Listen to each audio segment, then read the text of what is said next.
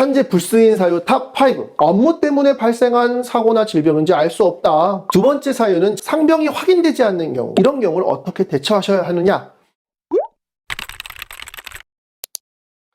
안녕하세요. 이기훈 변호사입니다. 산재 불승인 사유 탑5. 저희가 자체적으로 봤을 때 가장 불승인이 많이 나는 사유를 5개 뽑아봤습니다. 하나는 업무 관련성 부족, 두 번째는 진단 부족, 세 번째는 기저질환 또는 생활습관 문제로 인해서 불승인, 네 번째는 근로자성 문제, 다섯 번째는 사적 행위나 범죄 행위가 문제된 경우. 저희가 하도 산재 사건을 많이 하다 보니까 저희가 자체적으로 통계청이나 실제로 발생 빈도하고는 관계가 없다라는 점을 한번 밝혀드리겠습니다.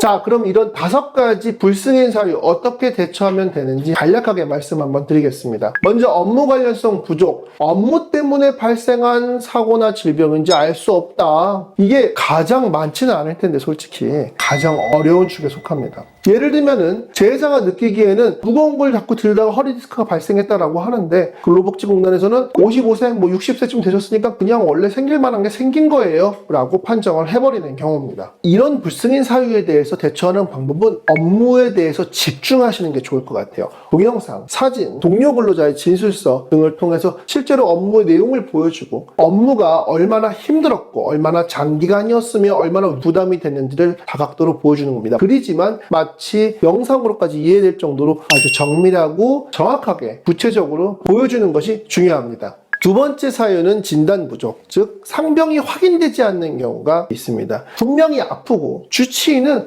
이 상병이 있어요 라고 해서 심지어는 수술까지 권하는 경우가 있어요. 근데 근로복지공단에 신청을 했더니 근로복지공단에서는 아니요, 상병 없습니다 라고 나오는 경우가 있습니다. 이런 경우를 어떻게 대처하셔야 하느냐? 진단, 명확한 진단을 받으세요. 주치의한테 가시거나 아니면 좀 더 상급 병원, 자세하게 볼 수 있는 병원에 가셔서 그냥 단순히 문진에 그치지 않아야 하시고 CT나 엑스레이, MRI 등 다각도의 검사를 통해서 자료를 수집하신 다음에 다시 신청하시길 바랍니다. 저는 의사가 아니라 정확하게 말씀은 못 드리겠지만 이 병이라는 거는 사람 몸에 이렇게 띵 하고 감기에 걸렸습니다 이렇게 나오는 게 아니에요. 병이라는 거는 의사 개인의 전문적이고 임상 경험과 여러 가지 학술적 경험을 토대로 해서 의사가 이 정도면은 병이라고 볼 수 있는 증상이 있다라고 판독하는 것 같습니다. 그렇다는 얘기는 뭐냐면은 이 검사 결과가 미비하거나 부족하다, 검사가 좀 더 정밀했다면 진단이 나올 수 있는 가능성을 되지 못한다는 거죠. 이런 면에서 다시 한번 정확한 진단을 받아보시는 게 좋습니다. 세 번째는 기저질환. 재해자의 기저질환이나 생활습관을 이유로 불승인이 되는 경우가 많습니다. 정말 많은데요. 예를 들면은 고혈압, 당뇨, 비만, 흡연, 음주 이런 이유로 인해서 다른 질병이 발생한 것이지 업무상 이유가 아니다라고 판단을 하는 건데요. 솔직히 제가 한 40대 중반쯤 이제 돼가니까 아니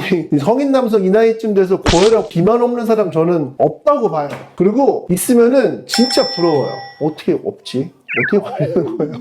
아무튼 간에 자, 이런 경우는 어떻게 대처하느냐, 이런 게 불승인 사유라고 하면은 기저질환이 잘 관리되고 있었음에 대한 증거가 있어야 됩니다. 예를 들면 고혈압, 고지혈증 같았으면은 평상시에 약을 타서 제대로 먹고 있었다, 혈압 관리를 잘 하고 있었다, 비만 같은 경우에는 운동도 하고 있었고 식단도 어떻게 관리하고 있었다, 이런 식으로 해서 평상시에 관리가 어떻게 되고 있었는지 내용을 잘 준비하셔야 됩니다. 술, 담배 같은 경우에는 이건 정말 주의하셔야 되는데 2년마다 건강검진 하시는 경우요 잘 기재하셔야 돼요. 문진표에다가 술, 담배 하는 내용을 잘못 기재하면 그게 과하게 인식되는 경우가 있습니다. 정확하게 문구에 맞게 제대로 쓰셔야 됩니다. 네 번째로는 근로자성이 부정되어서 불승인 나는 사유가 있습니다. 가장 많은 경우들이 이제 개인사업자 등록되어 있지만 실제로는 일용직으로 일을 하시는 분들, 이런 부분 같은 경우는 아니 개인사업자 등록되어 있고 사업을 하시는데 도급이지 이게 어떻게 이거 근로자입니까? 라고 근로복지공단에서 보시는 거예요. 여기에 대해서는 실제 업무 내용에 집중하셔야 됩니다. 일당을 받았고 장비라든가 재료 제공을 받았고 업무 방법이나 업무 장소라든가 업무 시간이라든가 업무 노하우나 이런 부분에 있어서 업무 관리 감독을 다 다른 사람한테 받았다, 이런 내용들을 여러 가지로 준비를 하셔가지고 제출하셔야 됩니다. 진술서가 될 수도 있고요, 실제로 업무 지시한 내용의 카톡이나 음성통화나 문서 내역 같은 문자 같은 것도 필요할 수 있겠고요. 사업자 등록을 걸어만 놓고 하신 경우가 많기 때문에 실제로 그 사업자 등록으로 발생한 소득이나 매출 제출이 전혀 없다는 것도 중요한 증거가 될 수 있겠죠. 마지막으로는 사적 행위나 범죄 행위라는 이유로 산재 인정이 되지 않는 경우가 있습니다. 사고 당시에 그 업무를 하게 된 경위가 업무적 관행일 수가 있어요. 그런 경우 정말 많이 있거든요. 공장에서 업무를 하는데 이게 잘못된 방법이 아니라 대부분의 업계에 있는 분들은 이렇게 작업을 해 라는 경우가 많이 있어요. 이런 경우는 경위에 집중하시는 게 좋을 것 같아요. 절대로 범죄 행위가 아니었다는 걸 강조하고 그것이 업무 관행임을 입증하는 것도 또 좋은 방법일 겁니다. 그 증거로서 CCTV 화면이라든가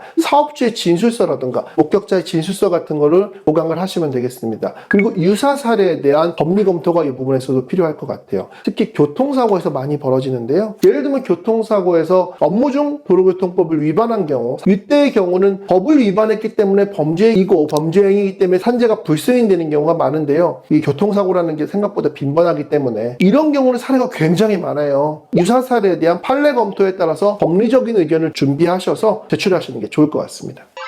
오늘은 산재가 불승인됐을 때 대처하는 방법을 그 유형별로 살펴봤습니다. 가장 중요한 거는 증거이고 두 번째로 중요한 거는 적극성입니다. 적극적으로 증거를 만드셔야 돼요. 그런데 헛발질하면 안 되죠. 아무리 적극적이어도 헛발질이 들어가면 엉뚱한 증거가 됩니다. 꼭 법률 전문가의 상담을 받으셔서 헛발질이 아닌 제대로 볼이 들어갈 수 있는 증거를 찾으시길 바랍니다. 감사합니다.